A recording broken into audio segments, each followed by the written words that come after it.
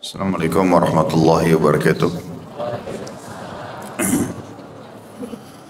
Alhamdulillah, tidak pernah berhenti lisan kita sebagai orang beriman memuji Sang Pencipta Allah. Kalimat la ilaha illallah, la ma'budu bihaqqin illallah. Tidak ada Tuhan, pencipta, pemilik, penguasa yang sebenarnya di langit dan di bumi kecuali Allah. Allah adalah zat yang maha kuat, maha kuasa, maha adil, maha bijaksana. Satu-satunya raja yang sebenarnya telah memudahkan kita untuk berhubungan dengannya dengan kalimat yang mudah sekali untuk diucapkan dan menjadi penyebab utama kebutuhan kita dipenuhi di roda kehidupan di muka bumi ini, yaitu dengan kalimat Alhamdulillah. Maka selalulah ucapkan kalimat ini. Selanjutnya kita jalankan perintah Allah dalam mengucapkan salam hormat kita kepada manusia terbaik, manusia yang telah diperintahkan untuk dijadikan sebagai suri tauladan, dan mengucapkan satu kali salam hormat kepadanya dibalas oleh Allah dengan 10 kali rahmat. Dan rahmat Allah luas sekali, masuk dalamnya sering kita ulang ini, pengampunan dosa, peninggian derajat dan pemenuhan segala kebutuhan. Maka jadilah orang yang selalu memuji Allah, mengucapkan salawat dan taslim kepada Nabi besar Muhammad sallallahu alaihi wasallam. Melanjutkan pada buku kita, Kitab Adab Mufrad Imam Bukhari rahimahullah, dan kita masuk ke pasal 125, masalah tersenyum. Dan sebelumnya sudah kita selesaikan alhamdulillah hadis kita bersikap lapang kepada sesama manusia. Tentu seperti biasa saya reviewkan kembali. Yang dimaksud dengan bersifat lapang dada, yaitu bagaimana seseorang pada saat orang lain berbuat salah padanya dan orang itu meminta maaf atau belum minta maaf pun dia sudah memaafkannya. Dan ini adalah terapi kejiwaan yang sangat luar biasa, karena dengan kita selalu tidak menjadikan beban dalam diri kita dan jiwa kita apapun yang telah terjadi di sekitar kita, kita anggap itu adalah urusan dunia yang sederhana, yang mudah untuk dilalui, maka hidup kita akan tenang. Kalau masalah kecil saja selalu kita jadikan sebagai masalah yang besar, maka akan sulit sekali. Seperti misalnya ada orang kadang-kadang cuma lapar sedikit, baru lapar sudah seperti bencana besar yang terjadi. Atau mungkin hanya karena haus sedikit. Atau mungkin ada sebuah benda yang dia, makanan misalnya, dia baru beli makanan 2 potong roti atau kue, dan dia mau makan ternyata jatuh. Udah cukup membuat dia marah, seakan-akan sudah terjadi bencana besar. Ini musibah yang berat dalam jiwa dia.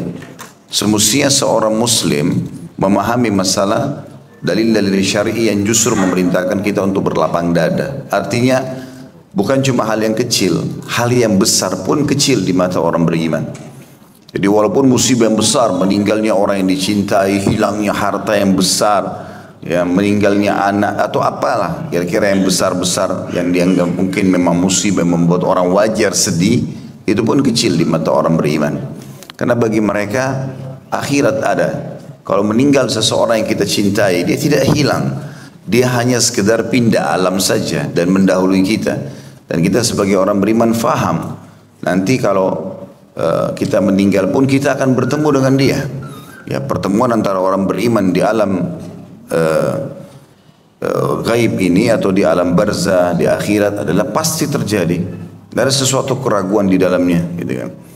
Makanya Nabi SAW pada saat sakit keras, kemudian beliau banyak sekali sahabat yang menangis karena tahunya Nabi ini kemungkinan meninggal dunia. Maka Nabi SAW sambil tertitah atau tertatih-tatih datang keluar ke masjid, kemudian beliau naik di atas mimbar, lalu beliau ceramah mengingatkan orang. Di antara kalimat beliau adalah, wahai sekalian manusia, jangan kalian sedih karena pertemuan kita yang sebenarnya justru di haudku, di kualaku nanti, ya, di hari kiamat. Nabi SAW memiliki kuala haud, ya, atau haud, ada al-kautsar dan ada haud yang disiapkan oleh Allah SWT untuk diberikan minum umatnya, gitu. Maka Nabi SAW ingatkan, tidak usah sedih, dunia ini sebentar kita lewatin, tidak ada sesuatu yang berat. Kita akan ketemu di akhirat. Begitu juga dengan hilangnya harta. Seorang muslim jadikan sebagai bahan muhasabah, mungkin ada pendapatan haram yang masuk di situ. Ya, atau mungkin dasarnya memang itu uang haram yang Allah tidak ingin kita makan. Ya, selama itu uang halal tidak akan hilang teman-teman sekalian. Sebagian ulama memastikan kalau sesuatu benda dibeli dengan uang halal tidak akan hilang. Kita beli handphone misalnya dari uang halal, biar tergeletak berapa kali di sebuah tempat pasti ada saja. Kita temukan. Tapi kapan benda itu hilang? Berarti ada sesuatu di situ. Kita jadikan sebagai bahan muhasabah. Dan bagi seorang muslim sesuatu yang sudah hilang, sudahlah. Dia sekarang berpikir bagaimana langkah ke depan. Karena tidak ada gunanya kita menyesali sesuatu yang sudah berlalu. Bagaimana dia memperbaiki saja ke depannya. Jadi semua itu masuk dalam masalah bab lapang dada yang sudah kita jelaskan pada pertemuan yang lalu gitu. Bagaimana seorang muslim tidak membesar-besarkan permasalahan dihadapi di dunia, karena ini semua kecil. Dunia bahkan dan seluruh isinya sangat kecil di mata seorang muslim. 2 rakaat sholat sunnah fajar lebih baik daripada dunia dan seluruh isinya, kan begitu. 2 rakaat yang kita kerjakan itu lebih besar daripada ini. Ini semua adalah pemahaman dari atau review sedikit dari apa yang kita sampaikan pada pertemuan sebelumnya. Pada pagi ini insya Allah semoga Allah berkahi, dan ini salah satu akhlak yang mulia selain berlapang dada, yaitu suka tersenyum dengan muslim. Ya. Hadis yang pertama dalam bab senyum ini adalah nomor 250. Artinya 250 hadis yang sudah kita urut dari awal, ya, walaupun lebih daripada 200 hadis atau 250 hadis yang sudah kita pelajari karena adanya penjelasan-penjelasan tambahan. Imam Bukhari rahimahullah berkata, Ali bin Abdullah mengabarkan kepada kami, ia berkata, Sufyan mengabarkan kepada kami dari Ismail dari Qais, ia berkata, sami'tu Jariran yaqul ma ra'ani Rasulullah sallallahu alaihi wasallam mundu aslamtu illa tabassama fi wajhi. Aku mendengarkan Jarir bin Abdullah radhiyallahu anhu, dia berkata, tidaklah Rasulullah SAW melihatku sejak aku masuk Islam, melainkan beliau selalu tersenyum kepadaku. Ya, jadi di sini dibedakan itu senyum dengan tertawa, ya. Nah, kalau senyum itu selalu Nabi SAW lakukan dengan tersenyum, dengan menunjukkan keramahan kepada orang, ya, pada saat orang itu bersalaman, orang bertemu. Tapi kalau tertawa ini ada batasannya. Tertawa dibolehkan pada waktu-waktu atau keadaan tertentu di mana memang betul tidak ada rekayasa di situ. Tapi kalau sampai terbahak-bahak berlebihan ini dilarang. Kita sedang bicara masalah senyum dan ini bagian daripada syariat kita. Hadis ini memberikan pelajaran kepada kita bagaimana Nabi SAW selalu menyebarkan senyum ini kepada teman-temannya. Bahkan sahabat ini mengatakan, belum pernah Nabi satu kali pun bertemu dengan aku semenjak aku masuk Islam kecuali pasti selalu tersenyum. Hadis selanjutnya, hadis nomor 2, maksudnya urutan 2 di nomor 250, ya. Karena dari awal kita belajar hadis kadang-kadang begitu, kadang-kadang nomor urutnya misalnya 190, mungkin di situ ada 2-3 hadis dalam satu nomor urut itu. Makanya ditulis 250 dalam kurung 2, maksudnya masih sama nomor hadis itu. Rasulullah SAW bersabda, yadkhulu min hadzal babi rajulun min khairi dhi Yaman ala wajhihi mashahu malak fadakhala Jarir. Akan masuk ke pintu ini seseorang yang beruntung, yang terbaik, di wajahnya terdapat usapan malaikat, lalu masuklah atau muncullah Jarir. Di sini hadis ini menguatkan hadis yang sebelumnya. Ternyata Jarir ini radhiyallahu anhu adalah orang yang murah senyum, ya, sehingga respon selalu hal yang sama ditemukan dari orang lain. Karena dia selalu senyum sama orang, maka orang pun senyum dengan dia. Kandungan hadis ini yang pertama, hadis di atas menganjurkan seseorang agar memuliakan, berlemah lembut dan tersenyum kepada orang yang datang. Kemudian yang kedua, hadis di atas menunjukkan keutamaan sahabat Jarir bin Abdullah al-Bujali radhiyallahu anhu. Ya, karena Jarir tadi memang ternyata orang yang sangat suka tersenyum dengan orang lain, sehingga orang-orang pun merespon hal yang sama. Orang-orang pun merespon hal yang sama. Tentu di sini kita tersenyum bila ada orang ya. Jangan bilang karena senyum ibadah senyum-senyum sendiri ya. Nanti dikira orang gila. Makanya dikatakan di sini hadis di atas kandungan pertama menganjurkan seseorang agar memuliakan, berlemah lembut dan tersenyum kepada orang yang datang ya. Kalau ketemu sama orang gitu kan. Baik, hadis selanjutnya 251. Imam Bukhari berkata rahimahullah, Ahmad bin Isa mengabarkan kepada kami, ia berkata, Abdullah bin Wahab mengabarkan kepada kami, ia berkata, Amr bin Al-Harith mengabarkan kepada kami bahwa Abu Nadhr mengabarkan kepadanya dari Sulaiman bin Yasar an Aisyah radhiyallahu anha zaujin Nabi sallallahu alaihi wasallam qalat ma ra'aitu Rasulullah sallallahu alaihi wasallam dhahikan qattun hatta ara minhu lahawatah atau lahawatihi innama kana yatabassam sallallahu alaihi wasallam qalat wa kana idza ra'a ghayman aw rihan urifa fi wajhi faqalat ya Rasulullah inna an-nasa idza ra'u al-ghayma farihu raja'a an yakuna fihi al-matar wa araka idza ra'aytahu urifat fi wajhika al-karaha فقال يا عائشة ما يؤمنني أن يكون فيه عذاب أذب قوم بالريح وقد رأى قوم العذاب منه فقال هذا عارض ممطرنا. Dari Aisyah radhiyallahu anha, istri Nabi sallallahu alaihi wasallam, ia berkata, tidak pernah aku melihat Nabi sallallahu alaihi wasallam atau Rasulullah sallallahu alaihi wasallam tertawa hingga tampak bagiku langit-langitnya. Maksudnya Nabi tidak pernah saya semenjak jadi istri lihat beliau tertawa sampai kelihatan langit-langit bagian atas, bagian dalam mulut ya. Seorang kan kalau terbahak-bahak begitu. Maka Aisyah menggambarkan Nabi tidak pernah seperti itu. Melainkan beliau hanya tersenyum. Aisyah pun melanjutkan, apabila beliau melihat awan, maksudnya Nabi SAW melihat awan atau angin, maka beliau SAW diketahui dari wajahnya.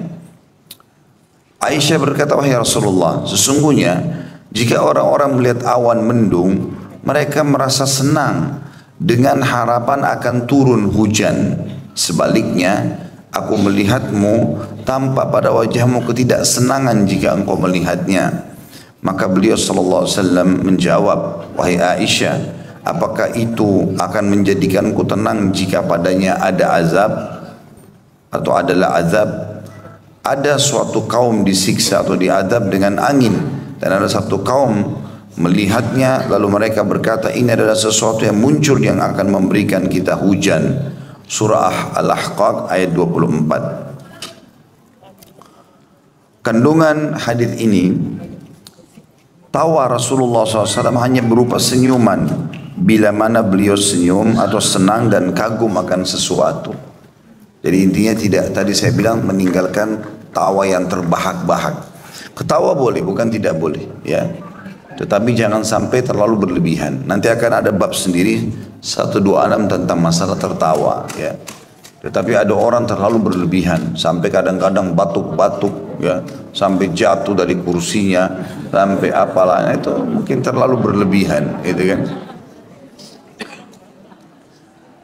Kemudian yang kedua, banyak tertawa bukanlah sifat orang-orang saleh, karena hal itu akan mematikan hati. Ya. Allahu a'lam bagaimana hubungannya, tetapi umumnya ulama mengatakan tertawa terbahak-bahak yang berlebihan bisa membuat hati mati. Dalam arti kata sulit untuk berzikir, bersyukur. Ya. Tapi kalau kita menunjukkan ekspresi kegembiraan dengan tersenyum, dengan tertawa, tapi tertawa itu bukan sampai berlebihan, maka itu tidak ada masalah. Yang ketiga, takut terhadap hukuman dan siksaan Allah merupakan sunnah Rasulullah Sallallahu Alaihi Wasallam. Ini kandungan hadis. Sekarang kita masuk membedah hadis ini. Dikatakan di sini, di potongan pertama hadis dari Aisyah radhiyallahu anha, istri Nabi SAW, ia berkata, Di sini Imam Bukhari rahimahullah ingin menitip pesan sebenarnya, ya, ingin menitip pesan. Jadi walaupun Aisyah radhiyallahu anha sudah banyak umat Islam yang tahu kalau beliau adalah istri Nabi SAW, tapi bukan mustahil masih ada orang yang belum mengetahui hal itu. Bahkan mungkin dalam majelis seperti ini, mohon maaf Bapak Ibu sekalian kalau saya tanya, coba sebutkan nama-nama istri-istri Nabi, bisa sebutin semuanya? Bahkan pernah ada orang ditanya dalam majelis siapa istri Nabi, dia bilang Fatimah. Ditanya siapa nama anak-anak Nabi, bolak-balik. Yang dihafal cuma Fatimah. Nama anak Nabi yang lain tidak tahu. Berapa jumlah anak Nabi? Kayaknya 5. Kok kayaknya 5? Bagaimana? Itu saja yang sudah jelas tidak diingat, ya, tidak diketahui. Padahal itu adalah orang-orang yang mulia yang harusnya kita hafal namanya. Gitu. Maka ada pesan sebenarnya dengan mengatakan Aisyah istri Nabi SAW dengan tujuan agar orang yang mungkin belum tahu pun akan mengetahui masalah itu. Dan satu sisi yang lain atau dari sisi yang lain untuk menghormati para ummahatil mukminin, karena semua istri-istri Nabi dapat julukan Ummil Mukminin. Ummul Mukminin itu maksudnya ibunya orang-orang beriman. Kita ini walaupun ya misalnya hidup di zaman Nabi SAW dan lebih tua daripada istri Nabi pun tetap kita dianjurkan memanggil Ummi, Ummul Mukminin, ibu kita gitu. Para sahabat walaupun yang sudah tua berumur, kalau ketemu sama Aisyah itu sering mengucapkan, ya, mengatakan wahai Ummul Mukminin, wahai ibu orang-orang beriman, dihormati. Dan istri-istri Nabi punya hukum sendiri. Setelah Nabi SAW meninggal, tidak boleh ada satupun orang-orang beriman menikahi istri-istri Nabi. Hukum syar'inya nggak boleh. Sekali jadi istri Nabi maka akan jadi istri Nabi selamanya. Kecuali ada yang kalau yang ada yang Nabi ceraikan itu berbeda. Tapi kalau Nabi meninggal dalam kondisi meninggalkan mereka status istri, maka haram hukumnya dinikahi untuk atau oleh orang-orang beriman. Walaupun yang mau nikah itu adalah orang saleh. Ya, telah turun ayat Al-Quran mengingatkan masalah itu. Kemudian potongan yang selanjutnya, Aisyah radhiyallahu anha menceritakan, tidak pernah aku lihat Rasulullah SAW tertawa hingga tampak bagiku langit-langitnya. Maksudnya sudah saya bilang tadi terbahak-bahak, ya, sampai akhirnya berlebihan. Biasanya orang kalau terlalu besar atau terlalu berlebihan tertawa bahaknya itu sampai akhirnya seluruh langit-langit bagian dalam mulutnya kelihatan. Maka Aisyah menggambarkan radhiyallahu anha. Jadi Aisyah ini termasuk istri Nabi yang sangat lama waktunya hidup bersama Nabi SAW. Karena Aisyah itu menikah dengan Nabi SAW di Mekah itu setelah meninggal Khadijah beberapa waktu saja. Nabi SAW menikahi 2 orang wanita sesuai dengan perintah wahyu setelah meninggalnya Khadijah radhiyallahu anha beberapa bulan. Itu adalah Aisyah dan Sauda. Sauda seorang janda, Aisyah adalah seorang gadis. Tapi mulai fase Mekah dia sudah menjadi istri sampai fase Madinah. Sementara banyak mayoritas istri yang Nabi yang lain itu dinikahi di fase Madinah. Berarti termasuk istri Nabi yang lama waktunya bersama Nabi adalah Aisyah. Kita tidak bicara Khadijah. Khadijah tentu lebih lama radhiyallahu anha, karena Khadijah itu dari umur Nabi SAW 25 tahun sampai 10 tahun fase diutusnya menjadi Nabi. Jadi umur 50 tahun, di sekitar 25 tahun Aisyah hidup bersama Khadijah hidup bersama Nabi SAW. Tapi kita bicara istri Nabi yang setelah Khadijah, yaitu Aisyah termasuk orang yang paling lama waktunya bersama Nabi SAW. Dan kita bisa bayangkan teman-teman kalau seorang istri yang hidup sekian belas tahun bersama suami dan dia gambarkan, saya belum pernah lihat sekalipun Rasulullah SAW tertawa terbahak-bahak. Berarti memang Nabi nggak pernah lakukan itu. Karena sifatnya bertahun-tahun.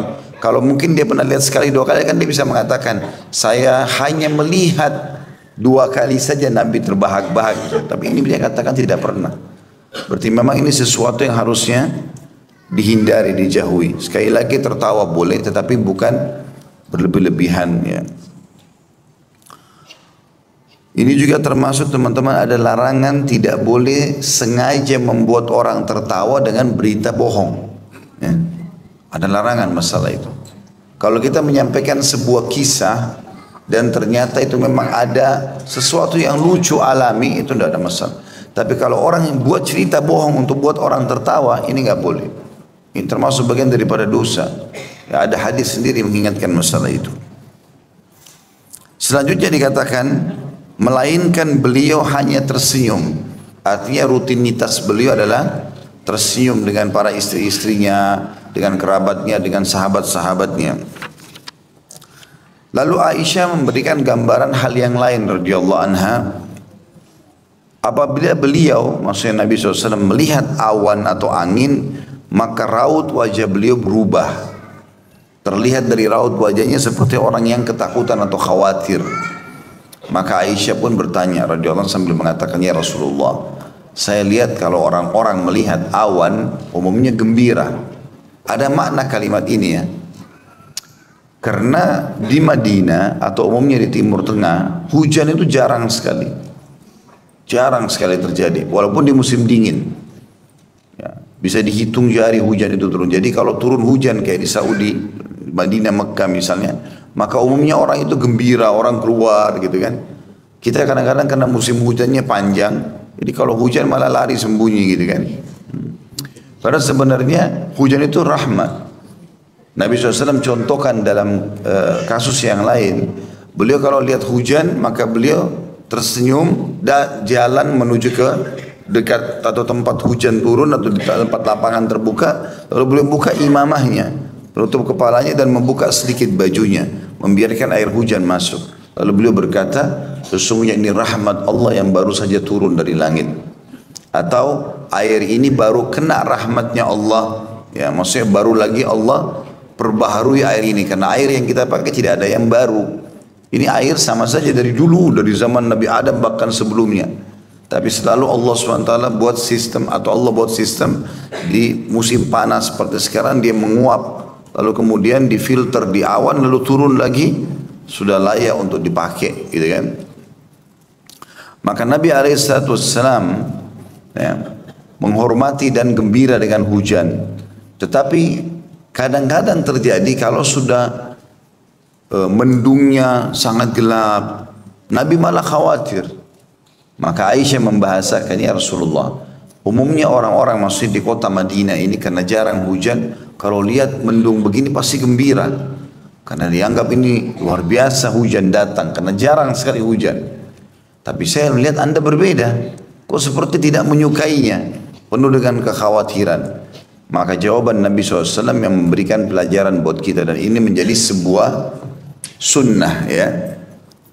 Beliau mengatakan bahwasanya, hai Aisyah, dari mana jaminannya kalau dari belakang awan atau di balik awan ini ada siksaan? Bisa rahmat, bisa siksaan gitu kan. Karena ternyata ada umat sebelum kita yang pernah dibinasakan. Pada saat Allah mau hancurkan mereka, ini 3 hari, 5 hari sebelum Allah binasakan mereka, itu Allah buat mereka badannya tambah sehat. Mereka gembira, hewan-hewan ternaknya makin gemuk, sering mendung, turun gerimis hujan gitu kan. Ternyata puncaknya setelah 3 hari 4 hari turunlah siksaan Allah, sehingga mereka makin lalai. Ini masuk dalam bahasan tersendiri tadi dalam ilmu hadis, ada namanya tadarruj, tahapan siksaan ya. Kalau ada orang, kata Nabi SAW, engkau melihat melimpah nikmat padanya sementara dia bermaksiat, ketahuilah itu adalah tahapan siksaan. Karena Allah tahu orang ini tidak akan taubat, maka Allah makin limpahkan nikmat pada dia supaya dia makin lalai. Na'udzubillah.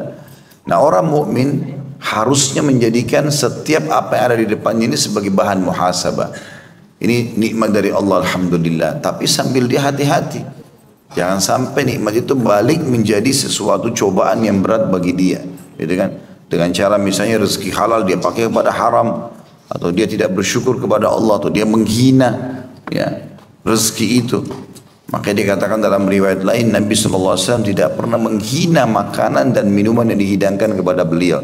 Kalau beliau tidak suka, maka beliau cukup tidak menyentuhnya saja. Tapi tidak mengatakan tidak enak nih, saya nggak mau.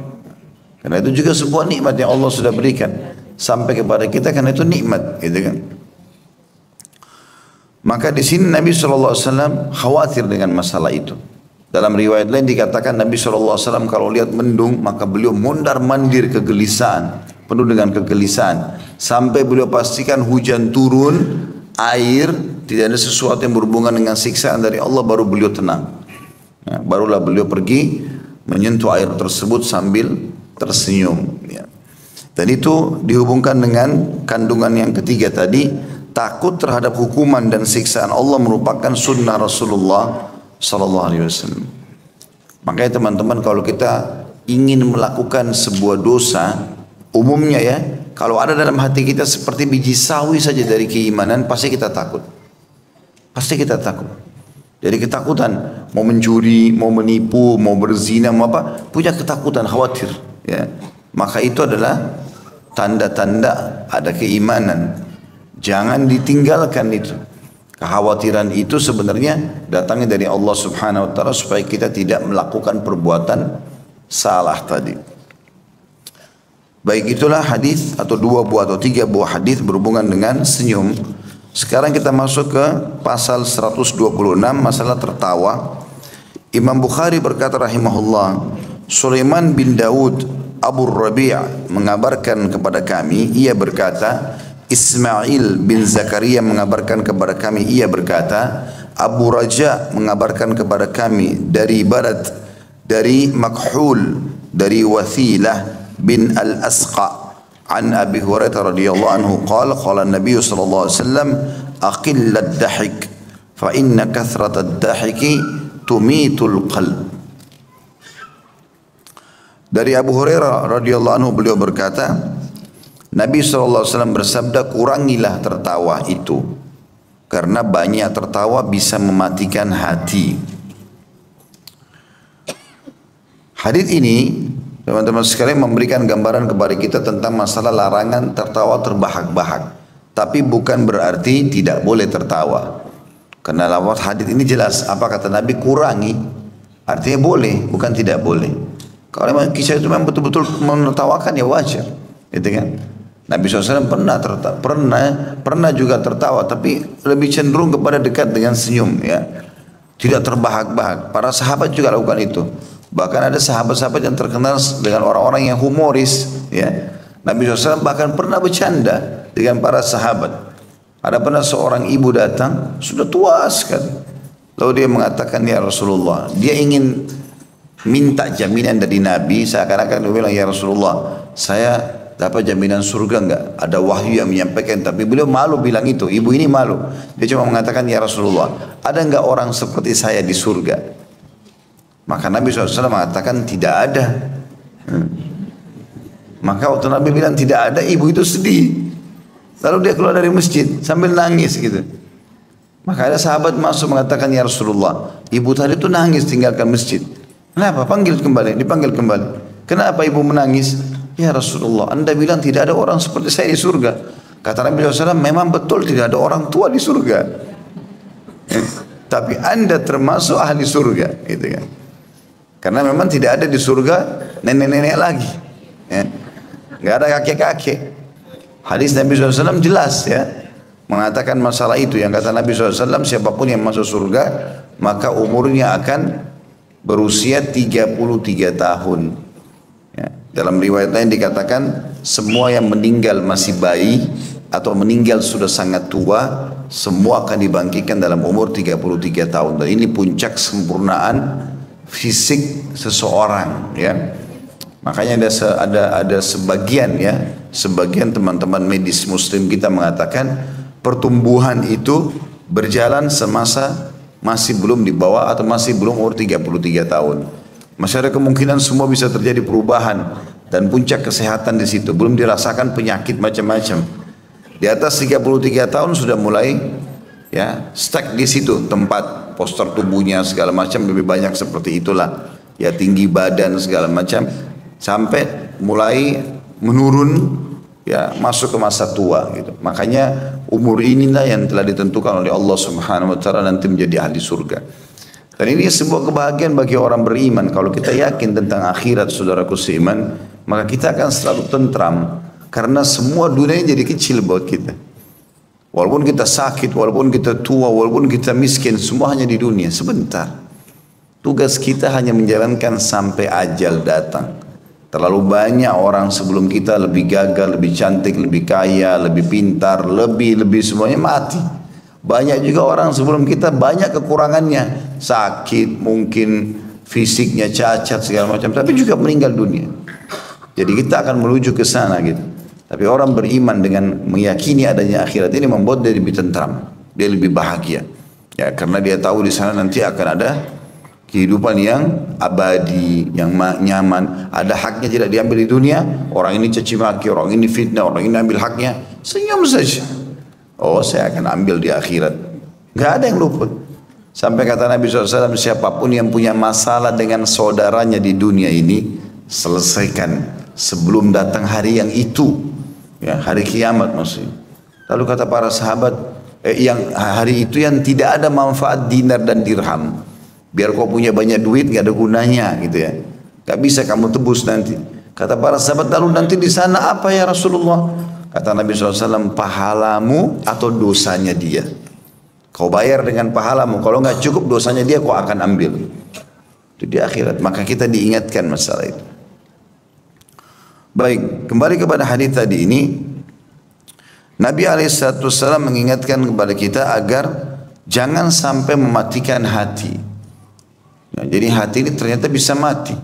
Mati dalam arti kata tetap dia berdenyut, tapi tidak akan berfungsi lagi. Sementara hati ini mahkota. Ya. Sebagaimana Nabi SAW mengatakan dalam jiwa kita itu ada segumpal darah. Kalau dia baik maka baik semuanya. Kalau dia buruk maka buruk semuanya. Itulah hati manusia. Ya. Makanya selalu hati ini menjadi corong, ya, simbol. Dan Nabi SAW menggambarkan kalau seseorang berbuat amal saleh, maka Allah akan titikkan dalam hatinya titik cahaya yang terang. Misal Bapak Ibu duduk di majelis seperti ini, maka Allah kasih cahaya dalam hatinya. Duduk lagi di majelis yang kedua, cahaya lagi. Ketiga, terus begitu. Kita sholat ke sholat, sedekah ke sedekah, zikir ke zikir, Quran ke Quran misalnya. Kebaikan ke kebaikan, maka akan titik cahaya putih hati akan banyak. Sampai kalau hatinya sudah dipenuhi oleh cahaya itu, maka dia akan bisa menyinari orang lain dengan cahayanya. Kalau dia berbicara didengar, kalau dia melakukan sikap atau perbuatan maka akan jadi contoh. Karena hatinya sudah penuh dengan cahaya itu. Sebaliknya hati ini yang difokus. Kata Nabi SAW, kalau seseorang hamba berbuat dosa, Allah titikkan dalam hatinya titik hitam. Kalau dia tetap berbuat lagi tidak taubat, titik hitam lagi. Nanti sampai kalau terus saja dosa, tiap hari bangun tidur pikirannya bagaimana menipu orang, bagaimana mencuri, bagaimana menggibah, siapa yang jadi target zinahnya dan seterusnya. Maka hatinya akan jadi hitam kelam. Bahkan Allah menggambarkan bisa lebih keras daripada batu. Pada saat itu, teman-teman sekalian, wa na'udzubillah, peringatan-peringatan Allah seberat apapun tidak akan berpengaruh lagi pada dia. Ya. Kalau hati kita masih lunak, sedikit saya kita lihat jenazah lewat, ya Allah, gimana kalau saya mati ya? Kita langsung tersentuh. Sedikit ada fenomena alam, gempa, kayak tadi Nabi lihat mendung saja sudah khawatir. Jangan sampai ada azabnya nih, gitu kan? Maka itu tanda-tanda keimanan. Tapi ada orang hatinya sudah sangat keras. Biar dia naik mobil sama temannya, sama-sama tabrakan. Temannya mati, dia masuk rumah sakit, dia masih bisa selamat. Kembali lagi buat dosa, padahal bisa saja dia mati seperti temannya. Dan Abdullah bin Umar radhiyallahu anhu meriwayatkan sebuah riwayat, salah satu tanda-tanda hari kiamat adalah jalannya dua orang menuju kepada kemaksiatan, kemudian salah satunya Allah binasakan. Ada dua riwayat, ditenggelamkan di bumi, yang satu lagi ya dikutuk oleh Allah, berubah wujud. Tetapi hal itu tidak membuat teman yang ada di sebelahnya untuk mengambil pelajaran. Dalam riwayat lain bahkan dia sempat melampiaskan syahwatnya pada temannya. Misal tabrakan nih, atau temannya mati tiba-tiba, maka dia masih sempat mengambil jam tangannya, mengambil handphonenya, masih melampiaskan syahwat pada temannya. Padahal temannya ini Allah jadikan pelajaran buat dia mati depan matanya. Berapa banyak orang seperti itu, tidak mengambil pelajaran. Ini semua karena hatinya sudah keras, ya. Hatinya sudah keras. Oleh karena itu teman-teman jangan pernah mematikan hati itu, dalam arti kata mengeraskannya. Salah satu sumber utama matinya hati banyak tertawa, terbahak-bahak, gitu kan. Kita boleh gembira, jangan bilang tidak boleh gembira ya. Kita kan boleh bergembira, bahkan Nabi SAW suka dengan berita gembira. Beliau SAW dikatakan dalam riwayat kalau terima berita gembira, apapun sifatnya menggembirakan, beliau langsung tersenyum dan sujud kepada Allah SWT. Tapi bukan menyambutnya dengan tertawa terbahak-bahak. Ya. Bahkan kadang-kadang ini bisa memunculkan ketersinggungan orang. Ya. Kalau misalnya ada orang terlalu berlebihan ya. Kadang-kadang mungkin karena terlalu sering tertawa, akhirnya orang jatuh pun ditertawakan. Ya. Dan itu berbahaya, orang itu bisa tersinggung kan. Saya pernah temuin ada orang begitu. Ada orang jatuh dia tertawa, ada orang tabrakan dia tertawa. Saya kaget, kenapa ini orang tertawa terus gitu. Karena aneh betul. Karena sudah terlalu terbiasa ketawa. Orang dalam kondisi musibah pun ditertawakan. Nah ini bahaya. Mudah-mudahan saya tidak stres orang itu. Tetapi seperti itulah. Ya. Baik, selanjutnya hadis yang di sini ada kandungan hadis itu menunjukkan sifat jawami'ul kalim yang dimiliki oleh Rasulullah SAW. Sudah tahu jawami'ul kalim ya? Sudah pernah saya jelasin belum? Jawami itu jamak daripada jami' artinya gabungan. Kalim adalah kalimat-kalimat. Ini salah satu mujizat Nabi Muhammad SAW. Jadi mujizat Nabi SAW banyak ya. Tapi diantaranya jawami'ul kalim. Artinya Nabi SAW sering mengucapkan kalimat ringkas tapi mengandung hukum yang banyak dan mengandung hikmah yang sangat besar. Seperti kalimat ini, jangan banyak tertawa nanti bisa mematikan hatimu. Ini sudah satu titipan yang ringkas tapi betul-betul obat hati, obat seluruh jasad kita. Karena kalau kita jaga ini maka akan terjaga juga jiwa kita dan hati kita ini. Hadis selanjutnya 254. Imam Bukhari berkata rahimahullah, Musa mengabarkan kepada kami, ia berkata, Ar-Rabi' bin Muslim mengabarkan kepada kami, ia berkata, Muhammad bin Ziyad mengabarkan kepada kami, an Abi Hurairah radhiyallahu anhu qal, kharaja an-nabiy sallallahu alaihi wasallam ala rahtin min ashabihi yadhakun wa yatahaddathun, faqala walladhi nafsi biyadihi law ta'lamuna ma 'alamu la dahiktum qalila wa la bakaytum katsira. ثم انصرف وأبكى القوم وأوحى الله عز وجل إليه يا محمد لما تقنط عبادي فرجع النبي صلى الله عليه وسلم فقال أبشروا وسددوا وقاربوا. Dari Abu Hurairah radhiyallahu anhu, dia berkata, dan ini saya sudah bilang ya, setiap kali kita sebutkan nama sahabat, usahakan walaupun tidak tertulis kita mengatakan radhiyallahu anhu kalau laki-laki, kalau perempuan radhiyallahu anha. Karena memang Allah sebutkan di dalam Al-Quran tentang sifat-sifat sahabat di akhir surah Al-Fath ya, ayat 29-nya itu Allah mengatakan radhiyallahu anhum wa radu'an. Allah sudah ridho kepada mereka para sahabat dan juga ya para sahabat ridho kepada Allah, makanya selalu dikatakan radhiyallahu anhum. Beliau berkata Rasulullah SAW pernah keluar bersama sekelompok orang-orang dari sahabatnya. Mereka tertawa dan saling bercakap-cakap. Ya. Sebenarnya terjemahan lebih tepat adalah Nabi SAW pernah lewat keluar terus melihat ada beberapa orang sahabatnya lagi duduk, lalu mereka tertawa terbahak-bahak dalam cakapan-cakapan mereka itu. Maka Nabi SAW bersabda, demi Rob yang jiwaku berada di tangannya, sambil menghadap ke arah sahabat-sahabat itu. Maksudnya demi Allah, kalau sekiranya kalian mengetahui apa yang aku ketahui, niscaya kalian akan sedikit tertawa dan banyak menangis. Maksudnya adalah, aku ini sudah lihat surga loh, dan sudah lihat neraka. Jangan kalian banyak tertawa seperti ini. Justru harusnya menangis, minta rahmatnya Allah supaya masuk surga, selamat dari neraka. Lalu beliau pergi setelah mengingatkan itu. Ternyata itu membuat orang-orang tadi jadi menangis dan menyesal. Lalu Allah Azza wa Jalla menurunkan wahyu kepada Rasulullah SAW. Wahai Muhammad, mengapa engkau menjadikan hamba-hambaku putus asa? Maka Rasulullah SAW kembali dan bersabda lagi, bergembiralah kalian, berperilaku yang lurus dan mendekatlah kepada kebenaran. Artinya bukan berarti saya mengatakan tadi kalian ahli neraka, tetapi yang saya katakan adalah gembiralah dengan surga, gembiralah dengan nikmat Allah, tapi jangan berlebihan.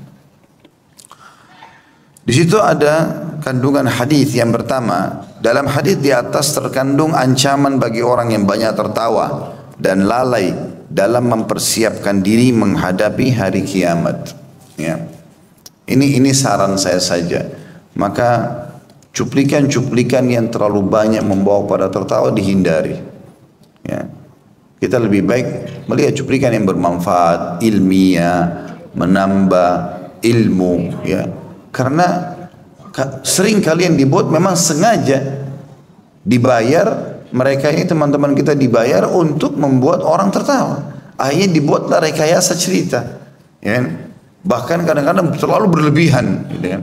Sampai akhirnya tidak disadari masuk dalam penghinaan agama, penghinaan Al-Quran, atau penghinaan para rasul. Ini bahaya sekali, gitu kan? Maka lebih baik dihindari. Sekali lagi kita bukan tidak boleh tertawa, tapi jangan berlebihan, sehingga akhirnya sampai pada tingkat bohong dalam menceritakan atau menyampaikan sesuatu hanya untuk membuat orang-orang tertawa. Jarangnya orang tertawa teman-teman sekalian terbahak-bahak ini akan menghidupkan hati sehingga akhirnya selalu dekat dengan akhirat. Itu makna kandungan hadis yang pertama. Kandungan yang kedua, kabar gembira dari Allah bahwa D-nya besar kata ganti Allah, akan memberikan pahala yang banyak bagi amal yang sedikit. Ya. Dan ini maksudnya adalah Allah subhanahu wa ta'ala membolehkan hamba-hambanya untuk gembira, ya. Kemudian meyakini apa yang telah dia lakukan dari sholat akan dapat pahala yang besar. Dengan sedikit amal yang dia kerjakan dengan umur yang pendek di dunia dia akan masuk ke dalam surga. Itu bagian daripada syariat, ya, dan dibolehkan, gitu kan. Dan orang-orang beriman bukan berarti mereka harus sedih, mereka harus ketakutan terus, enggak, gembira. Ya, mereka bergembira, tapi hanya di sini poin yang dilarang tertawa terbahak-bahak. Yang berarti kata yang lainnya silahkan. Ketemu saudara muslim senyum, membantu mereka, apalah, berbuat hal-hal yang positif. Menghindari saja hal yang dilarang ini. Kemudian yang ketiga, perkara yang dituntut dalam beramal adalah tengah-tengah meremehkan dan juga tanpa berlebihan dalam beramal. Dan ketika tidak mampu melakukannya dengan tidak sempurna, maka hendaklah seseorang berusaha mendekati kesempurnaan itu. Maksudnya kandungan yang ketiga ini adalah seseorang berusaha melakukan maksimal. Dan dia tidak usah salahkan dirinya kalau dia sudah mencoba tapi mungkin masih kurang. Seperti misalnya orang mau belajar Al-Quran. Ternyata dia sudah belajar sekian pekan masih saja tertatih-tatih dalam mengucapkan atau membaca Al-Quran. Tidak ada masalah, tapi dia sudah ada usaha. Dan dia jangan menyalahkan diri dia. Tapi dia terus berusaha mendekati kesempurnaan. Karena memang Islam tidak menuntut kesempurnaan spontanitas terjadi. Tidak akan mungkin teman-teman kita bisa sholat malam dengan membaca surah Al-Baqarah kalau kita tidak pernah memulainya dengan 2 rakaat dulu membaca Inna Atayna dan Wal Asr misalnya. Tapi kalau kita sudah adaptasi dengan sholat sunnah malam yang ringan, nanti akan, kalau kita sudah biasa sebulan, 2 bulan, nanti kita akan, misalnya cuma sholat 2 rakaat, nanti bisa jadi 4 bisa jadi 6 nanti bisa jadi 8, nanti bisa sempurna 11 rakaat. Kalau kita sudah rutin nanti melakukan 11 rakaat ini, nanti akan terpindah lagi ke tahap setelahnya. Kita akan mulai memilih surah-surah yang sedikit lebih panjang. Tadinya kita bangun azan subuh misalnya jam 5, kita bangun setengah 5. Nanti kita akan mundur jadi jam 4, nanti mundur jadi setengah 4. Jadi jangan kagetkan. Memang begitu, bertahap. Memang bertahap supaya jiwa kita mau menerima itu, yang itu, mau menerima itu. Pernah Nabi SAW keluar ke masjid, lalu beliau temukan ada tali 2 diikat di 2 tiang. Lalu mereka tanya, siapa punya ini? Kata Nabi SAW, siapa punya ini? Kata mereka, Zainab anaknya Nabi SAW. Rupanya Zainab kalau mau sholat malam, supaya dia tidak tertidur, kalau dia ngantuk, dia pegang tali itu sambil sholat gitu. Maka Nabi SAW larang, suruh cabut. Ya. Bahkan Nabi SAW mengatakan kalau seseorang dari kalian sedang sholat dan dia mengantuk sekali. Dalam arti kata mengantuk ini bisa dibedain ya, mana ngantuk yang benar, mana waswas syaitan. Kalau teman-teman sudah tidur dari awal malam, tidur sudah 3 jam, 4 jam, 5 jam, kalau ngantuk lagi itu berarti waswas syaitan. Tapi kalau orang dasarnya baru tidur setengah jam malam, dia bangun mungkin dia pusing, Karena kurang tidur itu wajar, istirahat saja. Kata Nabi SAW, kalau seseorang sedang sholat malam kemudian mengantuk, maka istirahatlah, berikan hak dulu tubuhnya. Kemudian kalau dia sudah segar, baru dia melanjutkan sholatnya, gitu kan. Jadi kita bisa bedakan. Kalau kita sudah istirahat cukup, ternyata masa saja ngantuk, syaitan. Di majelis ilmu begini, dari tadi malam sudah tidur, tiba-tiba nguap, syaitan. Bahaya. Tetapi kalau dasarnya memang ternyata kita belum tidur memang semalaman, begadang bawa mobil dari luar kota, terus ada majelis ilmu pengen hadir, lalu ngantuk, nggak bisa ditahan, itu berbeda. Ya, itu sesuatu mungkin yang wajar saya terjadi. Baik, kandungan hadis ini sangat bermakna sekali. Ya, kita akan bedah hadis ini. Tadi kan itu kandungannya. Dikatakan oleh Abu Hurairah radhiyallahu anhu bahwasanya Rasulullah SAW pernah menemui sekelompok sahabat. Maknanya adalah Nabi SAW tidak rutin tinggal di rumah, tapi beliau memang sering kali keluar lalu menemui orang-orang gitu, melihat apa aktivitas mereka. Kalau benar didukung, kalau salah diingatkan. Dan ini termasuk salah satu sifat dai yang seharusnya ada. Dia tidak selamanya terdiam-diam di sebuah tempat, tapi dia jalan. Mungkin di sekitar dia sudah tidak ada lagi mungkar yang terjadi atau ma'ruf sudah dikerjakan, tapi belum tentu di tempat lain. Maka ada saatnya dia keluar, dia lihat. Mungkin ada seseorang yang memang perlu dinasihati di sana. Mungkin yang di sini perlu dibantu, kan gitu. Seperti itulah. Dan itu sifat Nabi SAW. Itu makna daripada yang kita ambil dari potongan hadis ini. Maksudnya Nabi SAW keluar menemui para sahabat. Kemudian termasuk juga hikmah yang diambil daripada hadis ini. Yang kedua adalah bagaimana Nabi SAW pada saat melihat mereka tertawa terbahak-bahak, Nabi memberikan nasihat. Ya. Berarti kita tidak boleh teman-teman melihat orang berbuat salah lalu kita tidak ingatkan mereka. Amar ma'ruf nahi mungkar, menyuruh pada kebaikan dan melarang dari kemungkaran, gitu kan. Ini wajib ini. Terutama yang pertama, ya. Orang tidak sholat, kita mau masuk masjid ada orang duduk di pinggir masjid tidak pada sholat, panggil teman-teman laki-laki sini, Pak, sudah waktu sholat yuk. Begitu saja. Saya kalau dekat rumah masuk masjid, ada lihat orang lagi duduk depan masjid, saya lihat ini sudah azan, memang mereka lagi duduk. Kemungkinan besar mereka tidak masuk sholat, karena biasanya cuma dipakai tempat istirahat.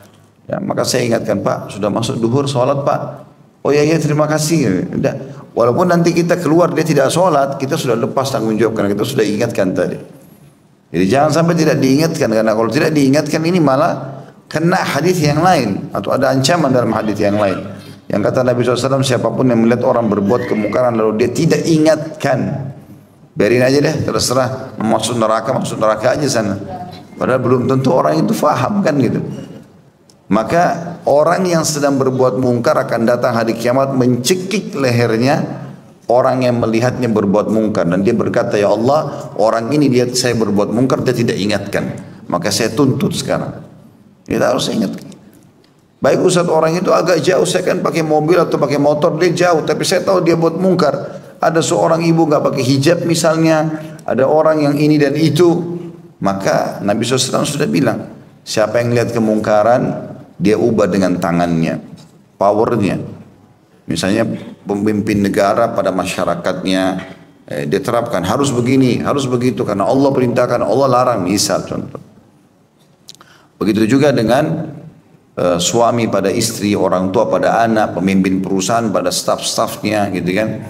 Kalau dia tidak bisa, maka dengan lisannya. Kalau dia tidak bisa, dengan hati. Walaupun jauh kita bisa.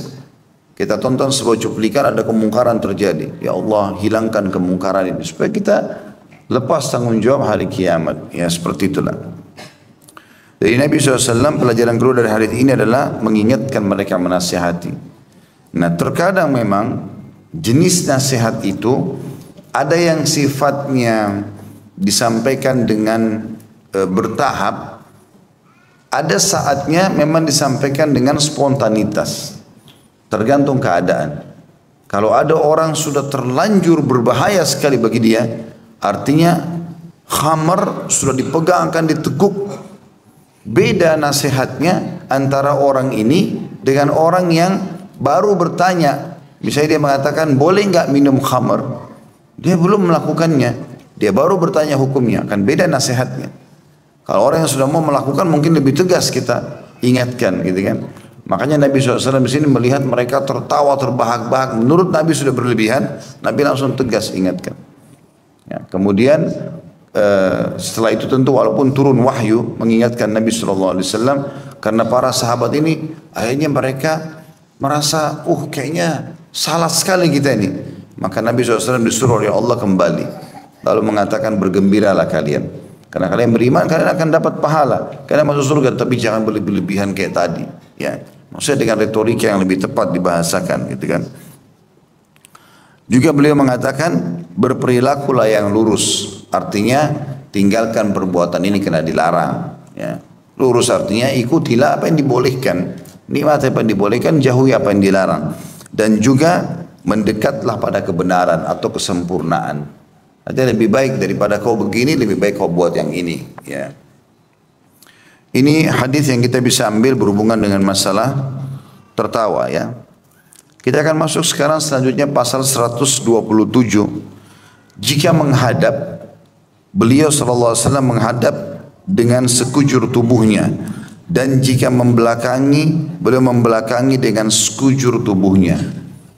Ya, ini maknanya kalau ketemu orang, bukan cuma menoleh sebagai bentuk penghormatan. Nabi SAW kalau dipanggil ya Rasulullah, beliau balik seluruh tubuhnya menghadap ke orang itu sebagai bentuk penghormatan. Ya, kalau tubuh saja harus menghadap, apalagi wajah. Ada orang kadang-kadang walaupun anak kita ya, mungkin karena sebagai ibu, sebagai ayah, anak lagi ngomong ibu, ayah, dia kenapa nak? Ambil lihat tembok. Kenapa nggak lihat ke dia? Lihat ke wajahnya. Kontak antara wajah dengan wajah pengaruhnya besar, ya. Tapi tentu di sini pada hal-hal yang dibolehkan ya. Jangan tarik ini, ini kan akhwat bertanya, saya lihat aja terus. Ya. Kan harus menghadap. Nggak boleh kalau yang haram. Tetapi yang dimaksud ini adalah yang dibolehkan, ada batasan syar'i, ya. Kalau tadi saya bilang antara orang tua sama anak, saudara sama saudaranya, sesama jenisnya laki-laki sama laki, perempuan sama perempuan, maka itu bentuk penghormatan. Kontak mata, kita interaksi wajah dan tubuh kita menghadap ke dia, dia merasa oh iya, apa yang dia sampaikan ini diperhatikan ya. Seperti itulah. Termasuk dalam masalah ini teman-teman, kadang-kadang ada orang mungkin memang karena dia belum faham, atau memang bagi dia itu masalah besar tapi bagi kita masalah kecil. Dengarkan keluh kesahnya saudara kita muslim. Jadi kadang-kadang dia datang, saya mau nyampaikan begini. Seringkali di habis pengajian dia datang kepada saya, Ustaz, ada terjadi seperti ini. Kalau dia seperti masalah besar, tapi begitu dia sampaikan, menurut saya sangat kecil masalah itu. Tapi saya tidak boleh menganggap remeh apa yang sedang dia bahasakan. Mungkin bagi dia itu sangat besar, sehingga saya memberikan solusi dan dia mendapatkan inspirasi jawaban itu. Ya. Baik, hadis pertama dalam pasal kita ini, nomor 255, kata Imam Bukhari rahimahullah, Bishr bin Muhammad mengabarkan kepada kami, ia berkata, Abdullah mengabarkan kepada kami, ia berkata, Usama bin Zaid mengabarkan kepada kami, ia berkata, Musa bin Muslim maula binti Kariz an Abi Hurairah radhiyallahu anhu annahu rubbama haddatha 'ala Nabi sallallahu alaihi wasallam fayaqul haddathanihi ahdabu syufrain abyadul qashhain idza aqbala jami'an wa idza adbara jami'an lam tara 'ainun mithlah wa lan tarahu. Dari Abu Hurairah radhiyallahu anhu bahwa terkadang jika ia meriwayatkan dari Nabi SAW, ia berkata, aku diberitahukan oleh orang yang bulu di dua matanya panjang, kedua pinggulnya putih. Jika menghadap, beliau menghadap sekujurnya. Jika berpaling, beliau berpaling dengan sekujur tubuhnya. Mata belum pernah melihat semacam itu dan tidak akan pernah. Di sini teman-teman sekalian, ada kandungan hadis dulu. Hadis di atas menunjukkan sebagian sifat dan watak Nabi SAW, yaitu jika menghadap sesuatu, maka beliau akan menghadapkan seluruh badannya ke benda tersebut, tidak sebagian badan saja. Hal itu beliau lakukan agar badan dan hati senantiasa selaras. Sebab dengan memalingkan sebagian badan ke benda yang dilihat menunjukkan watak yang kepura-puraan dan pandir. Hadis ini kita bedah dulu teman-teman sekalian. Yang pertama kita bisa ambil dari hadis ini adalah adab seorang sahabat Abu Hurairah radhiyallahu anhu, dan beliau bernama Abdurrahman ibn Sakhar. Ya, mendapatkan julukan Abu Hurairah karena beliau pernah memelihara kucing. Hurairah atau Hurra itu adalah kucing. Abu Hurairah ini radhiyallahu anhu karena cintanya kepada Nabi SAW, maka kadang-kadang kalau beliau menyampaikan riwayat dari Nabi, beliau sambil menukil cirinya Nabi. Ya, jadi beliau di antara hadits ini disebutkan, aku telah diberitahukan oleh, jadi dia tidak mengatakan Rasulullah SAW, dia mengatakan, menyebutkan ciri yang dia ingin orang lain dengar. Karena memang kebetulan Abu Hurairah waktu itu menyampaikan hadits ini atau riwayat ini bukan kepada para sahabat tetapi kepada tabi'in, orang-orang yang belum pernah lihat Nabi. Maka beliau mengatakan, aku diberitahukan oleh orang, maksudnya Nabi SAW, yang bulu di dua matanya panjang. Jadi salah satu ciri Nabi SAW adalah bulu mata beliau sangat lebat alaihissalatu wassalam. Dalam riwayat yang lain disebutkan beliau memiliki rambut yang hitam dan tidak geriting, tidak lurus sekali, berombak. Kadang-kadang beliau biarkan sampai kuping atau dibiarkan sampai ke pundaknya. Lalu beliau memiliki badan yang sangat tinggi dan kekar, ya. Kedua pundaknya lebar, dadanya bidang, gitu kan. Dan Nabi SAW memiliki kulit yang sangat putih, karena putihnya pipinya beliau kemerah-merahan alaihissalam. Alisnya seperti busur panah yang besar dan lebat, dan bola matanya juga bulat dan dipenuhi dengan bulu mata yang tebal. Beliau memiliki hidung yang mancung, bibir, pipi dan juga dahi yang seimbang dengan wajah yang tidak bulat juga tidak oval. Jadi Nabi SAW sangat sempurna. Makanya dikatakan oleh sebagian ulama kalau Nabi Yusuf alaihissalam diberikan seperti kegagahan dunia, maka Nabi SAW diberikan seluruh kegagahan dunia. Karena setiap orang lihat pasti tertarik. Dan memang disebutkan oleh para ulama bahwasanya Allah Subhanahu wa taala memilih para nabinya itu adalah orang-orang pilihan. Mereka adalah orang yang paling bagus jalur nasabnya. Jadi terkenal adalah bukan anak zina, bukan orang yang tidak jelas. Mereka punya akhlak yang baik, mereka punya paras wajah yang tampan, semua nabi sama. Ya, tapi Nabi Muhammad SAW memiliki kelebihan yang ekstra daripada mereka. Kemudian mereka juga diberikan kelebihan fisik. Semua nabi-nabi punya 10 kekuatan laki-laki. Ya. Jadi beliau itu bisa membela agama Allah SWT dengan kelebihan yang Allah berikan. Sampai kata Ali radhiyallahu anhu di perang Uhud, pernah waktu kami lagi terdesak, bahkan beliau mengatakan di setiap peperangan kalau kami terdesak, kami berlindung di belakang Nabi SAW. Maka ada musuh orang Quraisy itu yang mengatakan kita serang saja Muhammad, depan mata sudah akan habis. Mau dihabisi, mau dibantai, sahabat pada terluka semuanya. Maka Nabi SAW berkata kepada Ali, berikan aku lembingmu hai Ali, tombak kecil. Maka kata Ali bin Abi Thalib, Nabi SAW pun mundur ke belakang lalu melempar ke arah pasukan Quraisy. Yang saking kuatnya lemparan itu membuat kami semua terpental.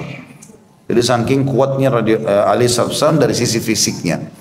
Maka dilemparlah tombak tersebut dan subhanallah terarah kepada seorang pemimpin Quraisy yang pernah mengancam akan membunuh Nabi di Mekah. Dia mengatakan, hai Muhammad, kau lihat kudaku ini, aku akan bunuh kau dengan kudaku ini. Maka kata Nabi SAW, aku insya Allah yang membunuhmu. Ya. Jadi itu masih di Mekah ceritanya. Ternyata orang itu ikut di perang Uhud, gitu kan? Dan orang ini dari kepala sampai kaki semuanya besi. Tertutup semua, cuma matanya yang kelihatan supaya dia terlindung dari serangan panah, pedang segala macam. Yang ada celah itu cuma di lehernya, itu bertemu antara tutup kepala dengan baju besi dari bawah. Itu ada celahnya sedikit di situ. Subhanallah, tombak Nabi yang Nabi lempar kena itu, sobek sedikit, gitu kan? Jatuh dari kudanya dia. Lalu dia teriak-teriak, Muhammad telah membunuhku, gitu. Teman-temannya datang lihat luka kecil. Oh ini kenapa? Dia bilang kalau Muhammad ludahi saya sekarang saya mati. Ya, karena takutnya dia dengan Nabi. Gitu. Tapi ternyata betul setelah dia pulang ke Mekah, dia sakit karena luka itu, lalu meninggal karena itu.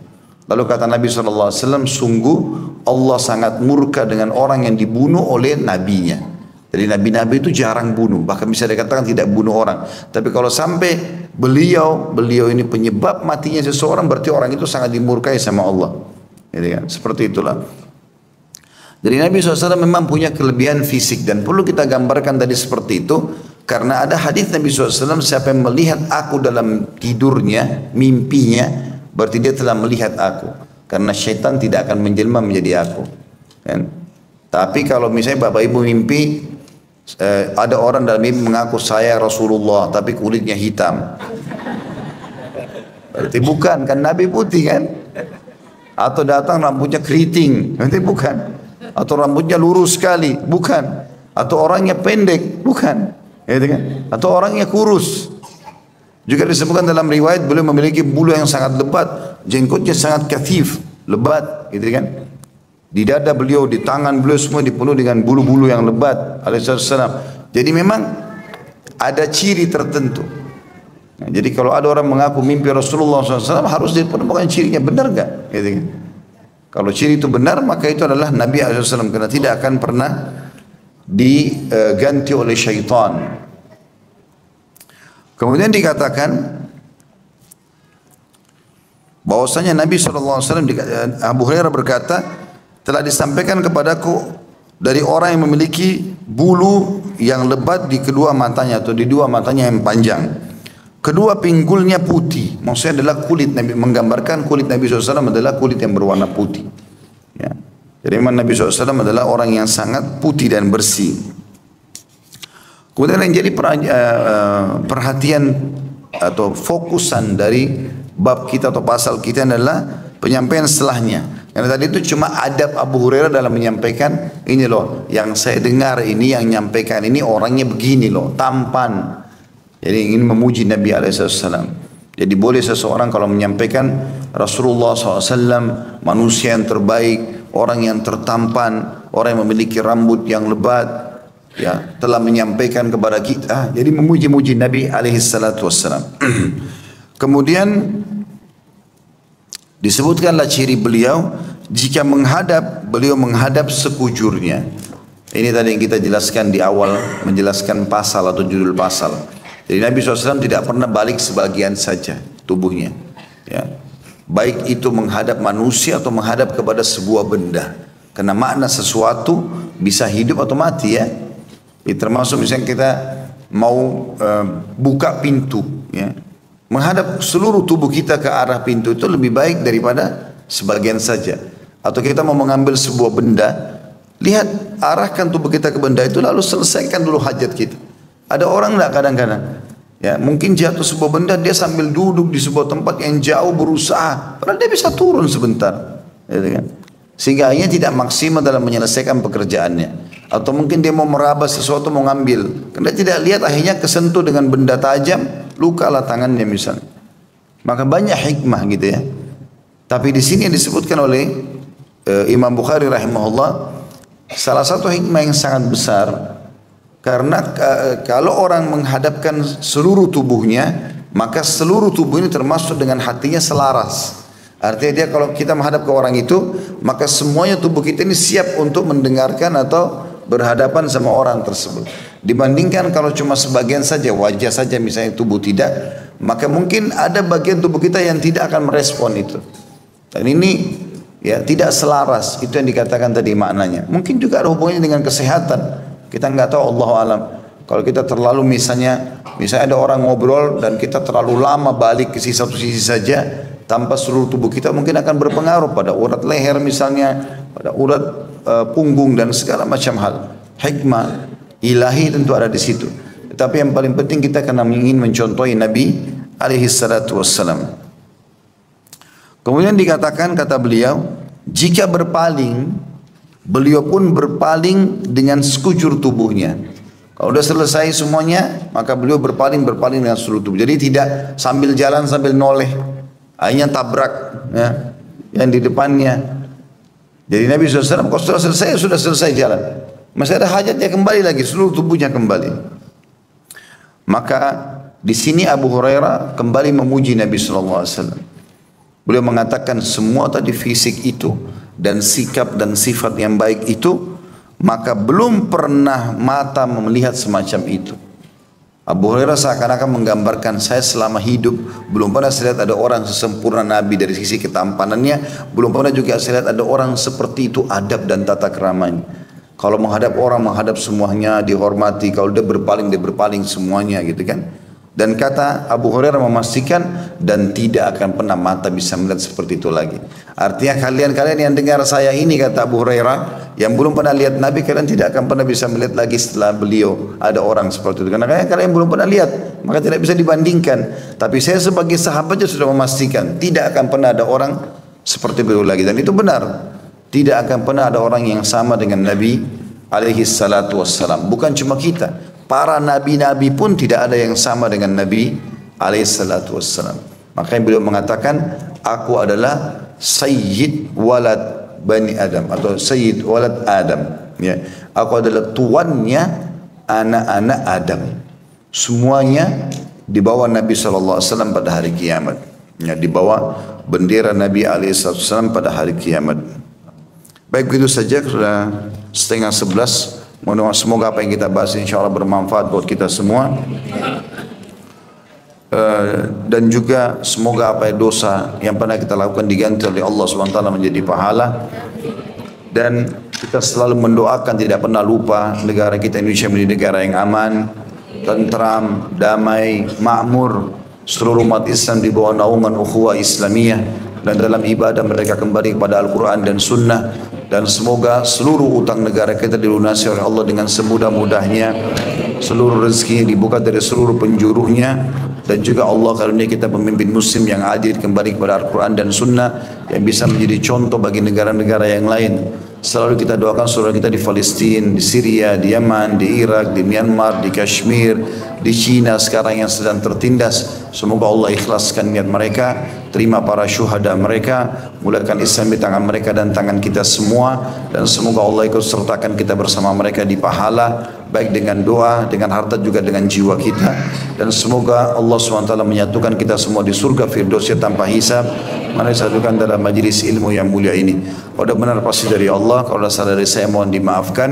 Dan sebelum kafaratul majlis, pertemuan kita untuk bulan ini ada 2 kali, hari ini dan juga Kamis depan. Namun pekan terakhir saya ada acara dakwah di luar Indonesia, maka mungkin setelah balik dari sana baru kita kembali lagi melanjutkan ta'lim kita insyaallah. Subhanakallahumma bihamdika asyhadu an la ilaha illa anta astaghfiruka wa atubu ilaik. Wassalamualaikum warahmatullahi wabarakatuh.